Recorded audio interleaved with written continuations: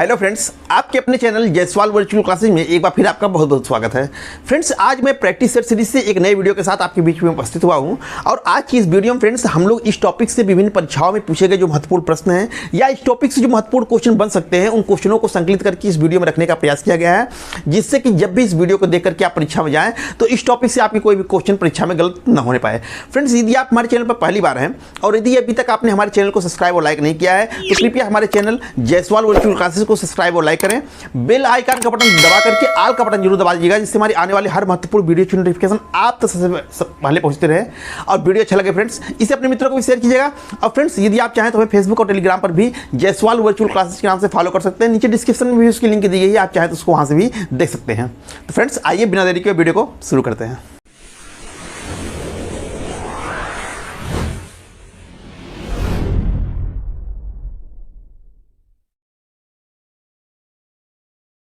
तो friends, question number 1 है, halves किस देश का रहने वाला था?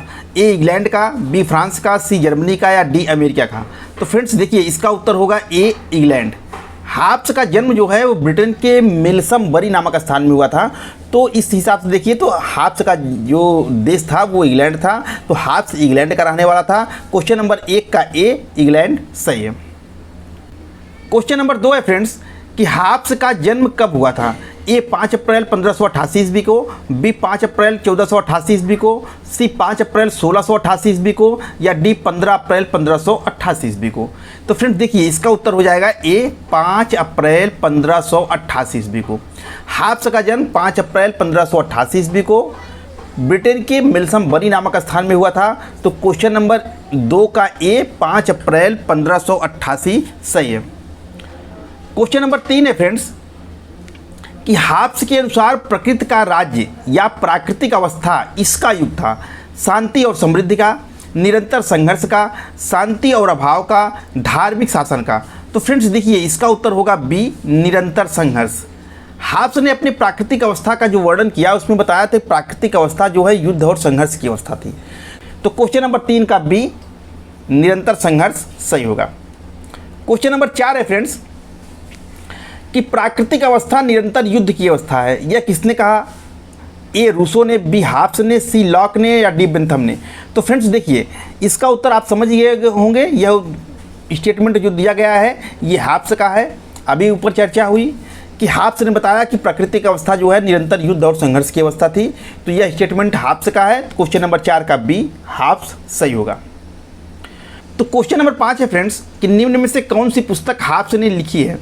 ए आधुनिक राज्य, बी दास कैपिटल, सी लेवियाथन, डी परिवार संपत्ति व न्याय? तो फ्रेंड्स देखिए, सी इसका उत्तर लेवियाथन सही होगा। हाफ्स की जो सबसे प्रमुख पुस्तक थी वो लेवियाथन थी, जिसमें उसने सामाजिक समझौते सिद्धांत का प्रतिपादन किया। तो क्वेश्चन नंबर 5 का सी लेवियाथन सही है। क्वेश्चन नंबर 6 है फ्रेंड्स कि रिक्त स्थान की पूर्ति करें। मनुष्य का मूल स्वभाव है, बीच में गैप दिया है, डॉट दिया है। ए स्वार्थी है, बी बहसी और युद्धप्रिय होता है, सी परोपकारी होता है, डी लालची होता है? तो देखिए फ्रेंड्स, ये जो क्वेश्चन पूछा है वो हाफ्स के अनुसार ही पूछा है, तो इसका उत्तर हो जाएगा ए।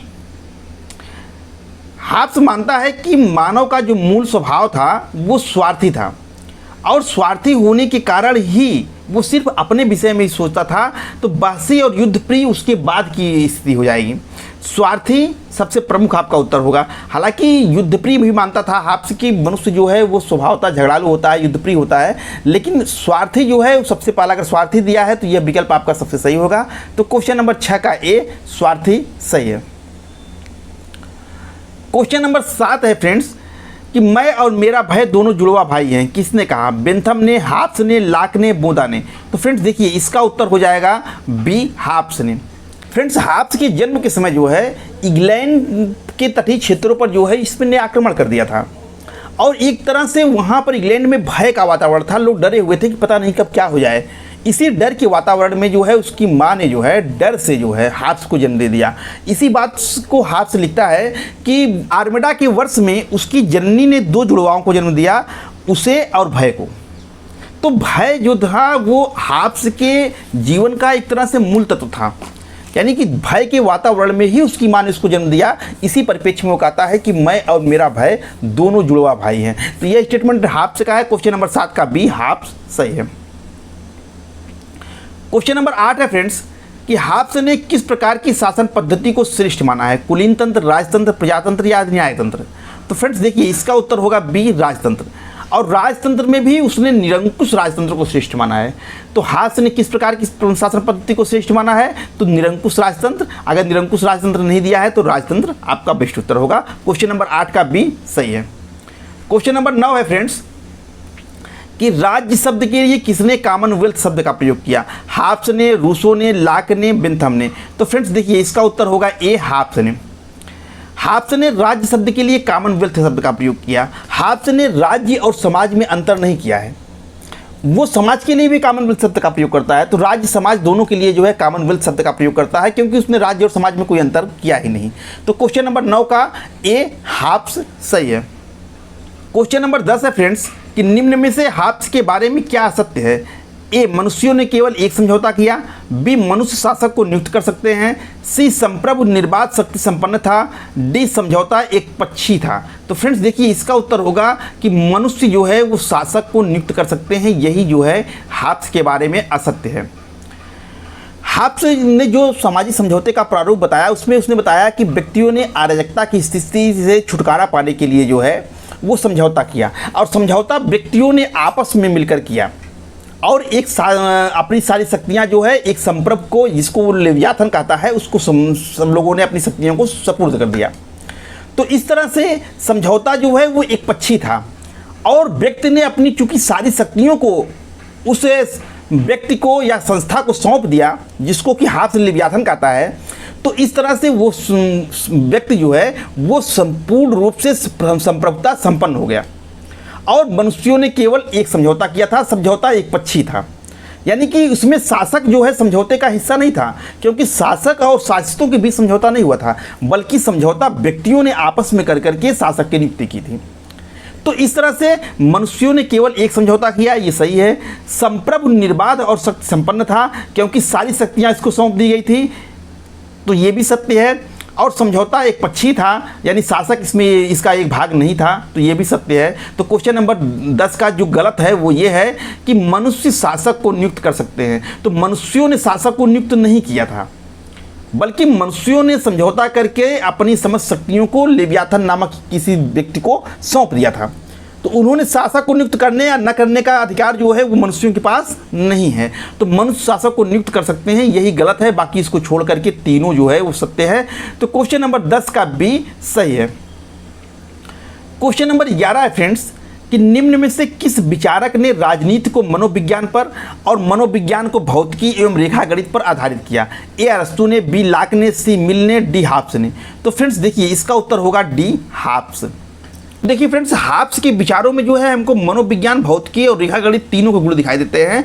हाब्स ने व्यक्ति के मूल स्वरूप, एक यथार्थवादी विचारक होने के कारण उसने उसके मूल स्वरूप, उसके स्वार्थपन को समझा, और ये बताया कि व्यक्ति जो है बड़ा स्वार्थी होता है। और उसने ये ऐसे नहीं कहा, उसको वो मतलब कि वैज्ञानिक ढंग से, तर्क ढंग से, पूर्ण ढंग से उसने उसको सिद्ध भी किया। उसने व्यक्ति के स्वभाव को जो है वो अणु के समान स्वतंत्र, गतिशील और स्वार्थी कहा, कि व्यक्ति जो है वो जैसे परमाणु होते हैं वो स्वतंत्र होता है, गतिशील होता है, उस तरह व्यक्ति का स्वभाव भी गतिशील होता है, स्वतंत्र होता है, वो सिर्फ अपने बारे में सोचता है। उसने मानव स्वभाव को मनोवैज्ञानिक ढंग से अध्ययन करते हुए उसको वैज्ञानिक तरीके से तर्क के द्वारा सिद्ध करने का प्रयास किया। इसीलिए यह कहा जाता है कि राजनीति को मनोविज्ञान पर, मनोविज्ञान को भौतिकी और रेखा गणित पर उसने आधारित किया। तो क्वेश्चन नंबर 11 का डी, हाब्स सही होगा। क्वेश्चन नंबर 12 है फ्रेंड्स कि वैज्ञानिक भौतिकवाद तथा यांत्रिक भौतिकवाद का संबंध किससे है। ए, मार्क्स से, बी, एंजल से, सी, हाब्स से या डी, रूसो से। तो फ्रेंड्स देखिए इसका उत्तर होगा सी, हाब्स। फ्रेंड्स देखिए वैज्ञानिक भौतिकवाद कहो चाहे इसको यांत्रिक भौतिकवाद कहो, दोनों शब्द एक ही हैं। तो वैज्ञानिक भौतिकवाद या यांत्रिक भौतिकवाद का जो प्रतिपादन है वो हाब्स ने किया, क्योंकि उसने व्यक्ति को अणु के समान स्वतंत्र, गतिशील और स्वार्थी कहा। हाब्स ने अराजकता से बचने के लिए निरंकुशता का समर्थन किया, लेकिन उसने अपने विचारों को तार्किक ढंग से रखा। उसके पूर्व विचारकों ने दैवी सिद्धांत के आधार पर निरंकुशता का समर्थन किया था, लेकिन हाब्स ने वैज्ञानिक ढंग से इस विचार का पोषण किया। उसने ही सर्वप्रथम वैज्ञानिक भौतिकवाद की बात बतलाई। इसीलिए कहा जाता है कि वैज्ञानिक भौतिकवाद और यांत्रिक भौतिकवाद का संबंध किससे है, तो वो हाब्स से है। क्वेश्चन नंबर 12 का सी, हाब्स सही है। क्वेश्चन नंबर 13 है फ्रेंड्स कि हाब्स ने निम्नलिखित में से किस पुस्तक में सामाजिक समझौते के सिद्धांत को प्रतिपादित किया? ए द रिपब्लिक, लेवियाथन, प्रिंस या ग्रामर ऑफ पॉलिटिक्स। तो देखिए फ्रेंड्स, इसका उत्तर होगा बी, लेवियाथन। आपको विकल्प देखने से ही अंदाजा हो जाएगा कि इसमें लेवियाथन ही केवल हाब्स की पुस्तक है। द रिपब्लिक प्लेटो की है, प्रिंस मैकियावेली की है, ग्रामर ऑफ पॉलिटिक्स जो है वो लास्की की है। तो इस तरह से आप देखिएगा तो लेवियाथन ही हाब्स की पुस्तक है और लेवियाथन पुस्तक में ही उसने अपने सामाजिक समझौते सिद्धांत का प्रतिपादन किया। तो इस प्रकार क्वेश्चन नंबर 13 का बी, लेवियाथन सही है। क्वेश्चन नंबर 14 है फ्रेंड्स कि प्राकृतिक विधियां बुद्धिमत्ता की विधियां हैं। यह कथन किसका है? हाब्स का, लॉक का, रूसो का, ग्रीन का। तो फ्रेंड्स देखिए, यह स्टेटमेंट जो दिया गया है वो हाब्स का है, बड़ा फेमस स्टेटमेंट है। फ्रेंड्स, हाब्स का मानना था कि प्राकृतिक अवस्था में 19 तरह के जो है प्राकृतिक कानून थे, प्राकृतिक विधियां थीं, जिसको कि वो बुद्धिमत्ता की विधियां कहा था कि व्यक्ति जो है यदि इन विधियों के अनुसार अपना आचरण करता तो समझौते की कोई ज़रूरत न पड़ती। वो कहता है कि प्राकृतिक अवस्था में जीवन जो है वो प्राकृतिक नियमों से संचालित नहीं हो पाया, क्योंकि यदि व्यक्ति जो है इन विधियों से जीवन यापन करता तो उसे कोई असुविधा नहीं होती। वो ऐसा इसलिए कहता है क्योंकि वो मानता है कि प्राकृतिक विधियाँ जो है वो बुद्धिमत्ता की विधियाँ होती हैं, विवेकशील विधियाँ होती हैं। तो क्वेश्चन नंबर 14 का ए, हाब्स सही है। नंबर 15 है फ्रेंड्स कि हाब्स को व्यक्तिवादी कहा गया क्योंकि वह प्राकृतिक अधिकारों की बात करता है, वह राज्य के विरोध की अनुमति देता है, वह राजा के सामने सशक्त समर्पण की अनुमति देता है, इनमें से कोई नहीं। तो फ्रेंड्स देखिए, इसका उत्तर होगा बी, वह राज्य के विरोध की अनुमति देता है। व्यक्तिवादी इसको इसलिए कहा जाता है क्योंकि इसने राज्य को विरोध की अनुमति दिया है, लेकिन केवल एक शर्त पर। इसने कहा कि यदि राज्य जो है व्यक्ति की रक्षा करने में असमर्थ हो जाए तब व्यक्ति राज्य का विरोध कर सकता है। यानी आत्मरक्षा के नाम पर ही, आत्मरक्षा को ही वो प्राकृतिक अधिकार मानता है व्यक्ति का, और उसी के नाम पर व्यक्ति जो है राज्य का विरोध कर सकता है। और विरोध की अनुमति दे करके, यानी राज्य की विरोध की अनुमति दे करके हाब्स जो है वो बहुत बड़ा व्यक्तिवादी बन जाता है। तो क्वेश्चन नंबर 15 का बी सही है। नंबर 16 है फ्रेंड्स कि हाब्स को व्यक्तिवादी कहा गया क्योंकि वह नैसर्गिक अधिकारों की बात करता है, वह राज्य के विरोध की अनुमति देता है, वह राजा के सामने सशर्त समर्पण की अनुमति देता है, वह समझता है कि बौद्धिक आत्मरक्षा समझौता जाती है। अब देखिए फ्रेंड्स, उसी क्वेश्चन को दूसरे तरीके से लिख दिया गया। उस क्वेश्चन में चौथा वाला विकल्प नहीं था। इस क्वेश्चन का बेस्ट उत्तर होगा कि वह समझता है कि बौद्धिक आत्मरक्षा समझौता चाहती है। ऊपर वाले क्वेश्चन में उत्तर था कि वह राज्य के विरोध की अनुमति देता है। मैंने बताया कि राज्य के विरोध की अनुमति देने के कारण वह व्यक्तिवादी बन गया। हाब्स के व्यक्तिवादी होने के पीछे कई कारण हैं, ठीक है, लेकिन अगर ये डी वाला विकल्प नहीं है तो आपका उत्तर बी वाला सही होगा। अगर डी वाला विकल्प आपका है तो सबसे बेस्ट विकल्प ये होगा कि वह समझता है कि बौद्धिक आत्मरक्षा समझौता जाती है। वो ये कहता है कि व्यक्ति ने आत्मरक्षा के लिए समझौता किया है, यानी राज्य का निर्माण व्यक्तियों ने अपनी आत्मरक्षा के लिए किया है। राज्य एक कृत्रिम संस्था होगी और व्यक्ति जो है वो महत्वपूर्ण होगा, यानी कि राज्य जो है वो साधन होगा, व्यक्ति जो है साध्य होगा। अभी तक जो ये माना जाता था कि राज्य जो है वो दैवी संस्था है, उसका इसने खंडन किया।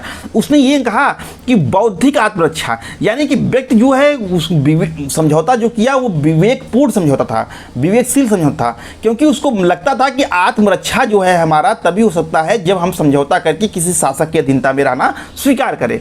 तो इस तरह से वह व्यक्तिवादी बन जाता है, क्योंकि इस वर्ड से कई चीज़ें स्पष्ट होती हैं कि वह इस वर्ड यह कहता है कि व्यक्ति ने समझौता करके राज्य की उत्पत्ति की, यानी राज्य एक कृत्रिम संस्था है, व्यक्ति आत्मरक्षा के लिए ही समझौता किया है, इसलिए राज्य जो है उसकी रक्षा का प्रयास करेगा और रक्षा यदि नहीं करता है तो व्यक्ति उसका विरोध कर सकता है। तो यह जो दिया है लाइन जो है कि वह समझता है कि बौद्धिक आत्मरक्षा समझौता चाहती है, यह है आपका सबसे बेस्ट उत्तर होगा। इसी में आपका बी वाला भी समाहित हो जाता है अगर इसकी ध्यान से व्याख्या की जाए तो यदि अगर डी विकल्प नहीं है तो आपका उत्तर बी होगा, अगर डी विकल्प है तो आपका उत्तर बेस्ट जो है वो डी होगा। तो क्वेश्चन नंबर 16 का डी, वह समझता है कि बौद्धिक आत्मरक्षा समझौता जाती है, इसीलिए हाब्स को व्यक्तिवादी कहा गया, ये सही है। क्वेश्चन नंबर 17 है फ्रेंड्स, ये कथन और कारण का है। कथन कह रहा है कि हाब्स के अनुसार सामान्यतः व्यक्ति को राज्य के विरोध का अधिकार नहीं प्राप्त है, और कारण ये कह रहा है कि राज्य का व्यक्तियों पर पूर्ण नियंत्रण है। अब देखिए फ्रेंड्स, हाब्स जो अपने सामाजिक समझौते के अनुसार जिस राज्य की कल्पना की, उसमें जो है व्यक्ति जो है वास्तव में सामान्यतः जो है राज्य का विरोध करने का अधिकार उनको नहीं है। वो विशेष परिस्थितियों में कि ही केवल राज्य का विरोध कर सकते हैं। और विशेष परिस्थिति क्या है? आत्मरक्षा पर जब उनके प्रश्न उठे, जब उनके राज्य जो है उनकी रक्षा करने में असमर्थ हो जाए, तो वो आत्मरक्षा के नाम पर ही राज्य का विरोध कर सकते हैं। तो इस तरह से ये जो कथन है कि सही है कि हाब्स के अनुसार सामान्यतः व्यक्ति को राज्य का विरोध करने का अधिकार नहीं प्राप्त है, और ऐसा इसलिए है, कारण कह रहा है कि राज्य का व्यक्तियों पर पूर्ण नियंत्रण है। राज्य व्यक्ति ने समझौते के द्वारा अपना सब कुछ जो है राज्य को या शासक को सौंप दिया है।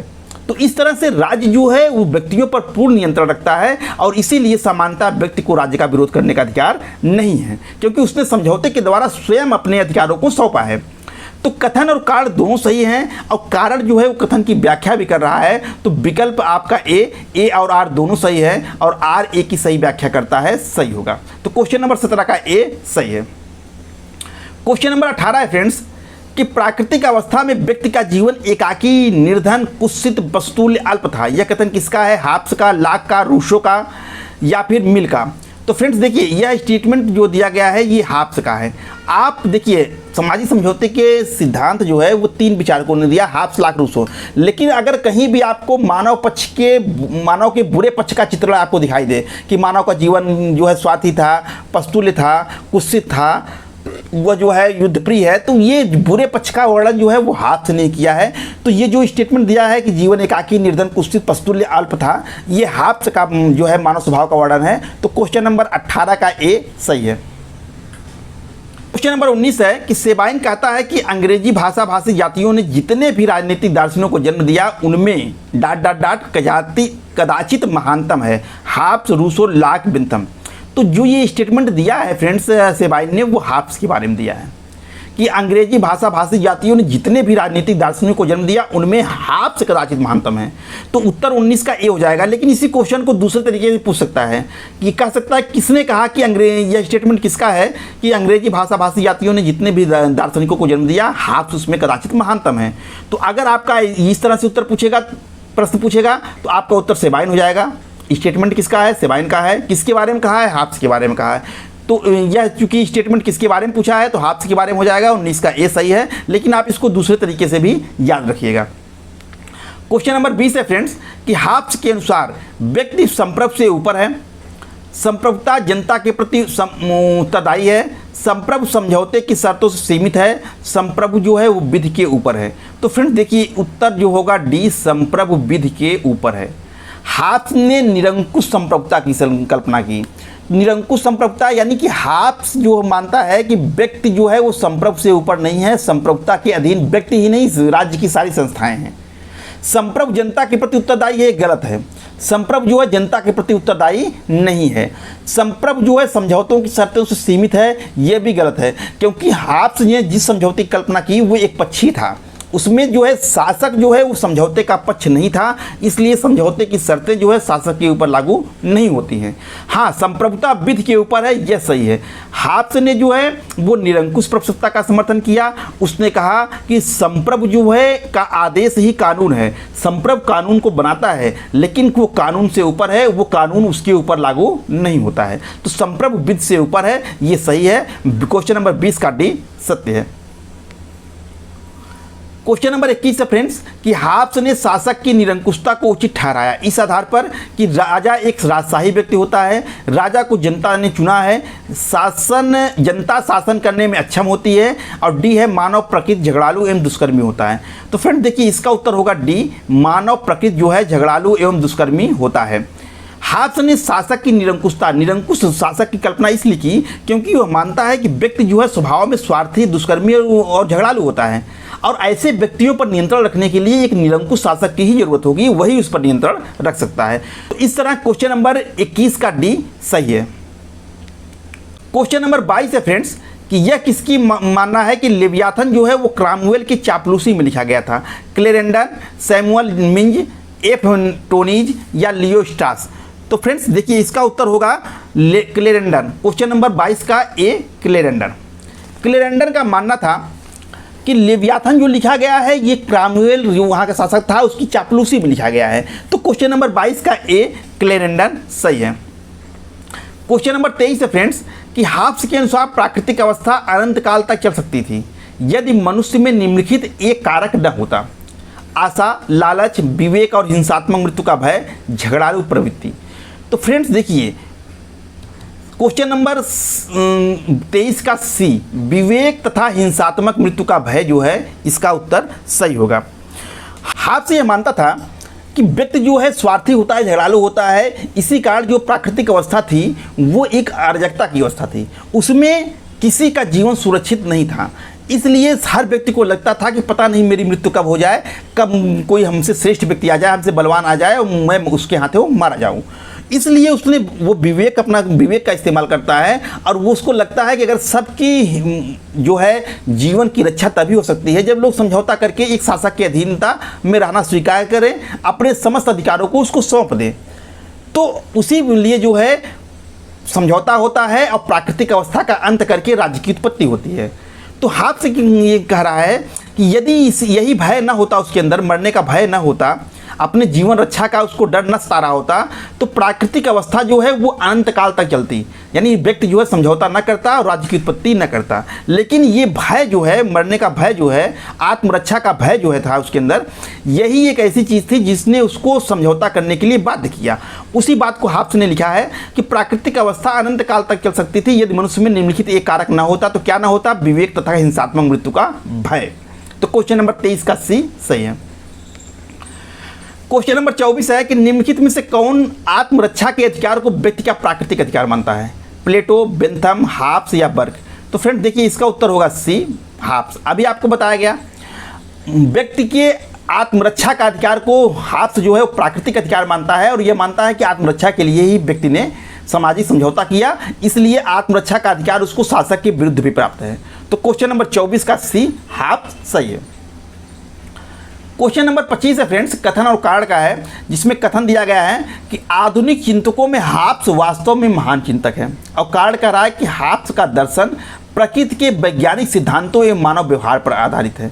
तो देखिए फ्रेंड्स अभी आपको बताया गया कि हाब्स का जो दर्शन था वो वैज्ञानिक तरीके, उसका अध्ययन पद्धति जो वैज्ञानिक, वो तर्कपूर्ण तरीके से, वो मनोवैज्ञानिक ढंग से मनुष्य के व्यवहार को का अध्ययन करते हुए तार्किक ढंग से अपने समझौते का सिद्धांत प्रस्तुत करता है।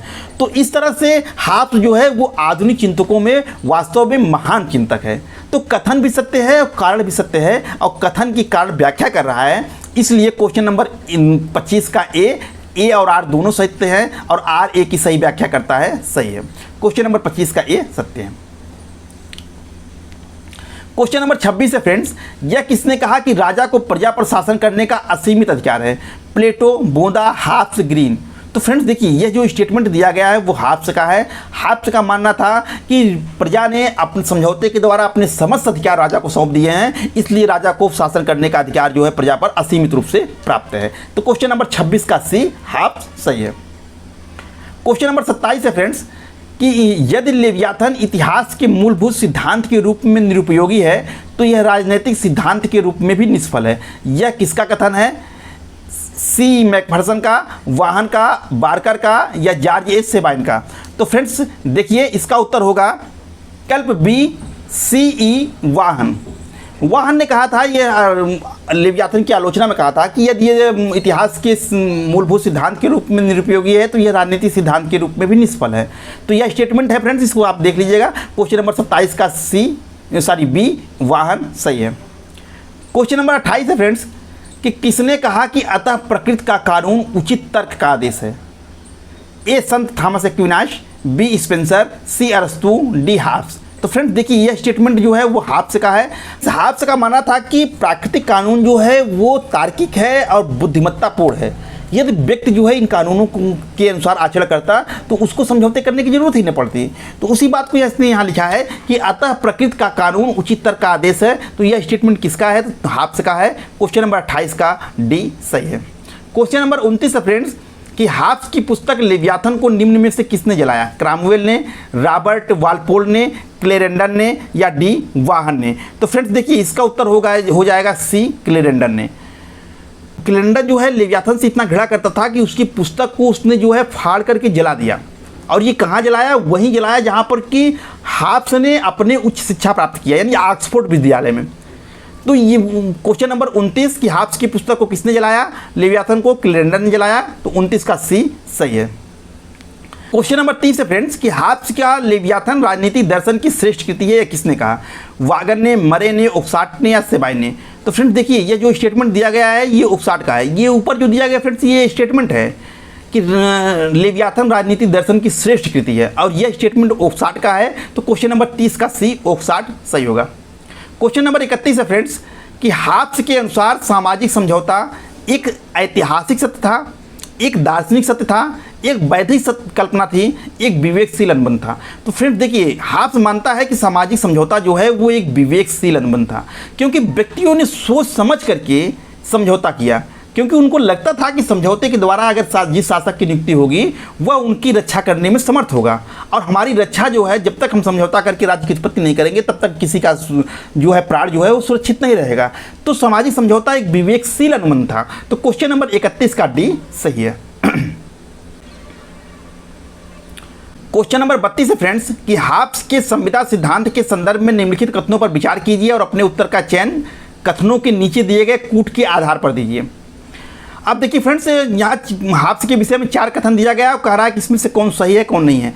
हाब्स प्राकृतिक अवस्था को पूर्व सामाजिक अवस्था के रूप में रेखांकित करता है। तो यह सही है, क्योंकि समझौते के बाद व्यक्ति जो है प्राकृतिक अवस्था को छोड़ करके सामाजिक अवस्था में प्रवेश करता है, यानी प्राकृतिक जीवन को छोड़ करके सामाजिक जीवन प्रवेश करता है। तो सामाजिक अवस्था से पहले कौन सी अवस्था थी? प्राकृतिक अवस्था थी। तो इसीलिए जो है हाब्स ने प्राकृतिक अवस्था को पूर्व सामाजिक अवस्था कहा। पूर्व सामाजिक का मतलब सामाजिक अवस्था से पहले की अवस्था थी। कौन थी? वो प्राकृतिक अवस्था थी। तो ये सही है। क्वेश्चन नंबर कथन 2 है कि हाब्स के अनुसार कुछ व्यक्तियों में आत्म परिरक्षण की मूलभूत प्रवृत्ति पाई जाती है। आत्म परिरक्षण का मतलब आत्मरक्षण। तो हाब्स के अनुसार कुछ व्यक्तियों में आत्म परिरक्षण की मूलभूत प्रवृत्ति पाई जाती है। तीसरा देखिए हाब्स ने प्राकृतिक अधिकारों की कुल संख्या 19 बताई, ये सही है। चौथा है कि हाब्स का यह मानना है कि यदि संप्रभु द्वारा व्यक्ति के आत्म परिरक्षण के अधिकार को बाधित किया जाता है तो व्यक्ति उसकी आज्ञा पालन से इनकार जो है कर सकता है। तो ये भी सही है कि हाब्स यही मानता है कि यदि संप्रभु जो है व्यक्ति के आत्मरक्षा करने के अधिकार को सुरक्षित नहीं रख पाता है, यानी उसकी रक्षा नहीं कर पाता है, तो व्यक्ति उसकी आज्ञा पालन से इनकार कर सकता है, यानी विरोध कर सकता है। तो पहला, तीसरा, चौथा सही है। दूसरा जो कह रहा है इसको देखिए फिर से पढ़िए। हाब्स कह रहा है कि कुछ व्यक्तियों में आत्म परिरक्षण की मूलभूत प्रवृत्ति पाई जाती है, यानी कुछ व्यक्ति जो है आत्मरक्षा की प्रवृत्ति पाई जाती है। यह कुछ व्यक्तियों में नहीं बल्कि समस्त व्यक्तियों में आत्म परिरक्षण की मूलभूत प्रवृत्ति पाई जाती है। हाब्स का ऐसा मानना है। यहाँ कुछ व्यक्तियों दिया है, यही गलत है। तो सही क्या है? 1, 3 और 4। तो आपका विकल्प देखिए कूट में जो 1, 3 और 4 किस में दिया है? बी में दिया है। तो आपका उत्तर हो जाएगा 32 का बी, 1, 3 और 4 यही सही है। क्वेश्चन नंबर 33 है फ्रेंड्स कि हाब्स के राजनैतिक सिद्धांत में समझौते का स्वरूप कौन सा है? एक पक्षी, बहुपक्षी, द्विपक्षी या इनमें से कोई नहीं? तो फ्रेंड्स आपका को इसका उत्तर मालूम हो गया होगा। हाब्स के जो समझौता किया था उस समझौते का स्वरूप था एक पक्षी। हाब्स का समझौता एक पक्षी था। यह प्रजा के बीच होता है, शासक इसका भाग नहीं होता है। तो क्वेश्चन नंबर 33 का ए, एक पक्षी सही है। क्वेश्चन नंबर 34 है फ्रेंड्स कि किसने हाब्स को सर्वाधिकारवाद का प्रथम सिद्धांतकार कहा? ए मैक्सी ने, बी गैटल ने, सी जोसेफ बायलातो ने और डी वाहन ने? तो फ्रेंड्स देखिए इसका उत्तर हो जाएगा सी, जोसेफ बायलातो। जोसेफ बायलातो जो है एक फ्रांसीसी विचारक था जिसने हाब्स को सर्वाधिकारवाद का प्रथम सिद्धांतकार कहा। तो क्वेश्चन नंबर 34 का सी सही है।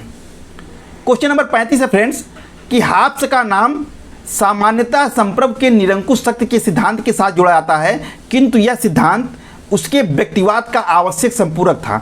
यह कथन किसका है? बेपर का, स्टास का, ओक्साट का या सेबाइन का? तो फ्रेंड्स देखिए इसका ये जो स्टेटमेंट है वो सेबाइन का है। तो उत्तर आपका 35 का डी, सेबाइन सही हो जाएगा। क्वेश्चन नंबर 36 है फ्रेंड्स कि तलवार या शक्ति के बिना इकरारनामे केवल मात्र शब्द मात्र हैं। मनुष्यों की सुरक्षा करने में ये असमर्थ हैं। यह कथन किस विद्वान का है? मैकियावेली का, हाब्स का, मिल का या मार्क्स का? तो फ्रेंड्स इसका उत्तर होगा हाब्स। हाब्स का मानना है कि बिना शक्ति के यदि कोई समझौता होता है तो उसमें कोई उसका पालन करने के लिए बाध्य नहीं है। वो केवल एक शब्द जाल है, केवल माया जाल है, केवल कोरा आश्वासन है, क्योंकि यह व्यक्ति को सुरक्षा प्रदान कर ही नहीं सकता है, क्योंकि व्यक्ति जो है स्वार्थी होता है, बिना शक्ति के उसको नियंत्रित नहीं किया सकता है।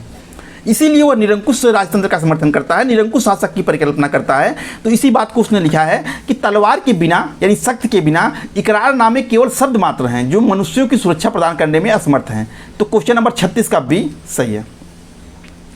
क्वेश्चन नंबर 37 है फ्रेंड्स कि निम्न में से हाब्स के विषय में कौन सा कथन सही नहीं है, मतलब आपको गलत कौन सा कथन है ये बताना है। हाब्स ने अपनी प्रसिद्ध पुस्तक लिव्याथन को अंग्रेजी में लिखा, ये सही है फ्रेंड्स, लिव्याथन अंग्रेजी में लिखा गया है। हाब्स ने डिकॉर्पोरे और डिसीवी नामक रचना लैटिन में लिखी, ये भी सही है, ये दोनों पुस्तकें जो है लैटिन भाषा में लिखी गई है। एलिमेंट्स ऑफ लॉ और नेचुरल एंड पॉलिटिक जो है ये हाब्स की प्रथम रचना है, ये भी सही है। हाब्स ने संवैधानिक राजतंत्र का समर्थन किया, यही गलत है। हाब्स ने संवैधानिक राजतंत्र का समर्थन नहीं किया, संवैधानिक राजतंत्र का समर्थन लॉक ने किया था, हाब्स ने नहीं किया था। हाब्स ने निरंकुश राजतंत्र का समर्थन किया। निरंकुश राजतंत्र और संवैधानिक राजतंत्र में अंतर ये होता है कि संवैधानिक राजतंत्र में राजा जो है वो नाम मात्र का होता है और सारी शक्तियाँ जो है जनता के चुने हुए प्रतिनिधि के पास होती है, जबकि निरंकुश राजतंत्र में सारी शक्तियां जो है निरंकुश राजा के पास होती है। तो इस तरह से हाब्स ने जो है संवैधानिक राजतंत्र का नहीं बल्कि निरंकुश राजतंत्र का समर्थन किया। तो क्वेश्चन नंबर 37 का डी यही सही है। क्वेश्चन नंबर 38 है फ्रेंड्स कि सामाजिक समझौते के सिद्धांत के साथ संप्रभु राज्य की अवधारणा को किसने संयुक्त किया? मार्क्स ने, लॉक ने, हाब्स ने या लास्की ने? तो फ्रेंड्स देखिए इसका उत्तर हो जाएगा सी, हाब्स। हाब्स ने जो है सामाजिक समझौते का सिद्धांत भी दिया और संप्रभु के राज्य की जो है अवधारणा भी दिया। हाब्स के पहले जो है बोंदा ने संप्रभुता सिद्धांत की व्याख्या की और संप्रभुता शब्द का प्रयोग करने वाला जो है वो सबसे पहले बोंदा था, लेकिन बोंदा ने अपनी संप्रभुता पर कुछ मर्यादाएं लगा दी थी। हाब्स ने संप्रभुता पर को उन समस्त मर्यादाओं से, उन समस्त प्रतिबंधों से मुक्त कर दिया, इसलिए संप्रभु राज्य का एक अवधारणा भी उसने एक तरह से प्रस्तुत किया। तो उसने सामाजिक समझौते के सिद्धांत के साथ जो है संप्रभु राज्य की अवधारणा को मिलाया। तो यही प्रश्न पूछ रहा है कि सामाजिक समझौते के सिद्धांत के साथ जो है संप्रभु राज्य की अवधारणा को किसने संयुक्त किया? तो वो उत्तर होगा हाब्स ने। तो क्वेश्चन नंबर 38 का सी, हाब्स सही है। क्वेश्चन नंबर 39 है फ्रेंड्स कि थॉमस हाब्स के विचारों में एक तरफ अराजकतावाद है तो दूसरी ओर निरंकुशतावाद का खतरा है। यह कथन किसका है? मैक्सी का, वाहन का, बाउले का या गार्डनर का? तो फ्रेंड्स देखिए इसका उत्तर होगा बी, वाहन। वाहन ने यह स्टेटमेंट दिया है कि हाब्स के विचारों में एक तरफ अराजकतावाद है, दूसरी ओर निरंकुशतावाद का खतरा है। तो 39 का बी, वाहन सही हो जाए। क्वेश्चन नंबर 40 है कि लिव्याथन है एक विशालकाय मानव, एक विशालकाय शेर, एक विशालकाय समुद्री राक्षस, एक विशालकाय परी? तो फ्रेंड्स देखिए इसका उत्तर होगा सी, एक विशालकाय समुद्री राक्षस। तो देखिए फ्रेंड्स लिव्याथन जो है वो बाइबल में लिखा गया है कि लिव्याथन जो है वो एक विशालकाय समुद्री राक्षस है जो कि बहुत शक्तिशाली होता है, और उसी की शक्ति को अपने शासक में प्रतिबिंबित करने के लिए उसने जो है उसका नाम जो है लिव्याथन हाब्स ने रखा। तो हाब्स ने जिस संप्रभु की कल्पना की, जिसको कि वो लिव्याथन कहता है, वो मानता है कि वह उतना ही शक्तिशाली होगा जितना कि जो लिव्याथन जो समुद्री राक्षस था वो। तो लिव्याथन जो है क्या है? एक तरह से जो है विशालकाय समुद्री राक्षस है जिसकी ताकत और शक्तियों से ये प्रभावित था। उसने अपने संप्रभु को भी वही नाम दे दिया हाब्स ने, लिव्याथन। तो क्वेश्चन नंबर 40 का सी सही है। क्वेश्चन नंबर 41 है फ्रेंड्स कि हाब्स प्रथम आधुनिक विचारक है जिसने राज्य को विविध हितों का समन्वयकर्ता माना, इससे वह उपयोगितावादी विचारों का अग्रगामी है। यह कथन किसका है? बार्कर का, बेपर का, बिलोबी का या क्लेरेंडन का? तो फ्रेंड्स देखिए क्वेश्चन नंबर 41 का उत्तर होगा ए, बार्कर।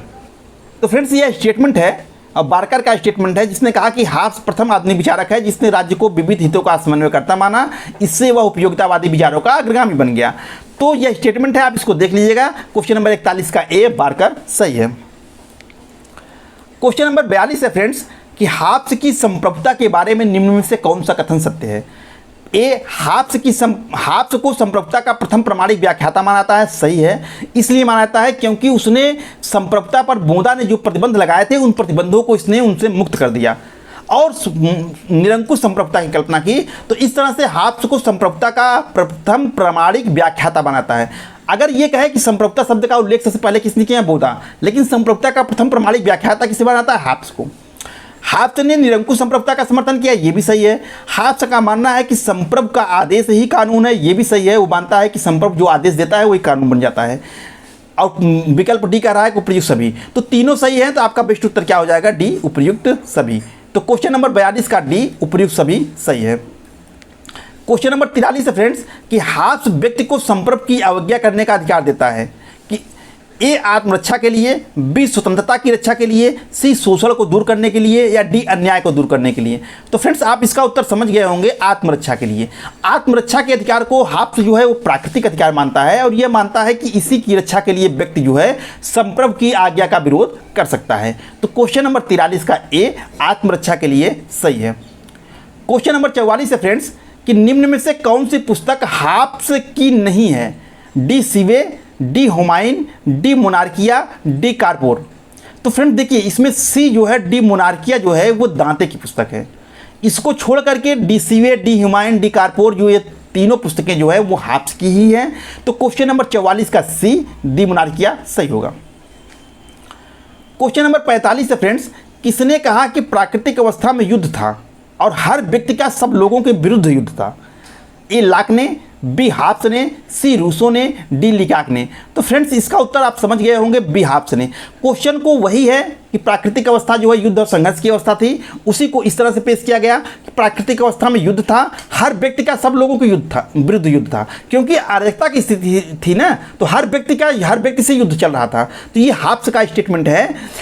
हमने इस तरह के क्वेश्चनों को इस तरह रखा है ताकि आप समझ सकिए कि क्वेश्चन कितने तरह से पूछता है, और ये सारे क्वेश्चन पूछे हुए हैं।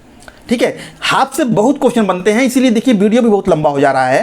तो क्वेश्चन नंबर 45 का बी, हाब्स सही है। क्वेश्चन नंबर 46 है फ्रेंड्स कि नागरिकों की सर्वाधिक स्वतंत्रता कानून के चुप रहने में है। यह कथन किस विद्वान का है, हाब्स का, लाक का, रूसो का, बेंथम का।